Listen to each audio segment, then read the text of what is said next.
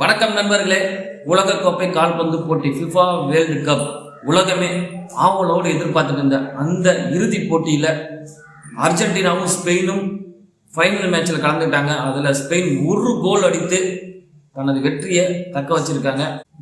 அதாவது கிட்டத்தட்ட ஒரு 86,000 பேர் அந்த ஸ்டேடியத்தில் இருந்து அந்த மேட்சை பார்த்துருக்காங்க. ஃபைனல் மேட்சை பொறுத்தவரையிலும் அமெரிக்காவின் நியூ ஜெர்சியில் உள்ள மெட்லைஃப் ஸ்டேடியத்தில் நடந்திருக்கு. இந்த ஆட்டம் ரொம்ப விறுவிறுப்பாக போயிருக்குங்க.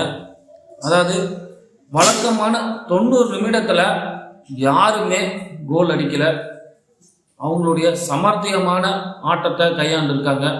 யாரையுமே கோல் அடிக்க விடாமல் 2 அணியினுடைய கோல் கீப்பர்களும் பயங்கரமாக தன்னுடைய திறமையை காமிச்சிருக்காங்க.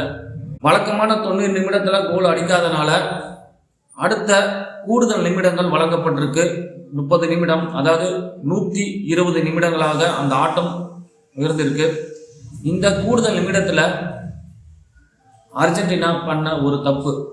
93வது நிமிடத்தில் அர்ஜென்டினா வீரர் பெர்னார்ட்ஸ் ரெட் கார்டு வாங்கிட்டு வெளியில் போயிட்டாருங்க. அதுக்கப்புறமா 106வது நிமிஷத்தில் ஸ்பெயின் கோல் அடிக்கிறாங்க, ஒரு கோல்.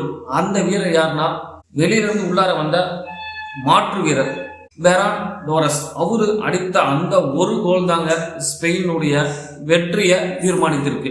அதுக்கப்புறமா யாரும் கோல் அடிக்கல. ஸ்பெயின் ஒரு கோல்ல அவங்க தனது உலகக்கோப்பை கால்பந்தினுடைய 2வது வெற்றியை அடைஞ்சிருக்காங்க. இது 2வதான உலகக்கோப்பை கால்பந்து கோப்பை. அதாவது 2010 ஏற்கனவே அவங்க வேர்ல்டு கப் வாங்கியிருக்காங்க. தற்போது 16 ஆண்டுகளுக்கு அப்புறம் இப்போ வேர்ல்டு கப் மறுபடியும் வென்றிருக்காங்க. லாஸ்ட் டைம் அர்ஜென்டினா கோப்பையை தன்னிடம் வைத்திருந்தது. இப்போ அதை தக்க வச்சுக்க முடியாத சூழ்நிலையை அடைஞ்சிருக்கு. மெஸ்ஸியினுடைய கடைசி ஆட்டமாக இருந்த போதிலும் வீரர்கள் எல்லாருமே பயங்கர ஆவலோடு எதிர்பார்த்துருந்த அந்த நிமிஷத்தில் மெஸ்ஸி இந்த டைம் வேர்ல்டு கப் வாங்க முடியாமல் தனது கோப்பையை தக்க வச்சுக்க முடியாமல் ஒரு காரியம் இருக்குது. உலகமே பயங்கர எக்ஸைட்டாக இருக்குது. அவங்க எல்லாருடைய கவனமும் இப்போது ஸ்பெயின் பக்கம் திரும்பி இருக்கு.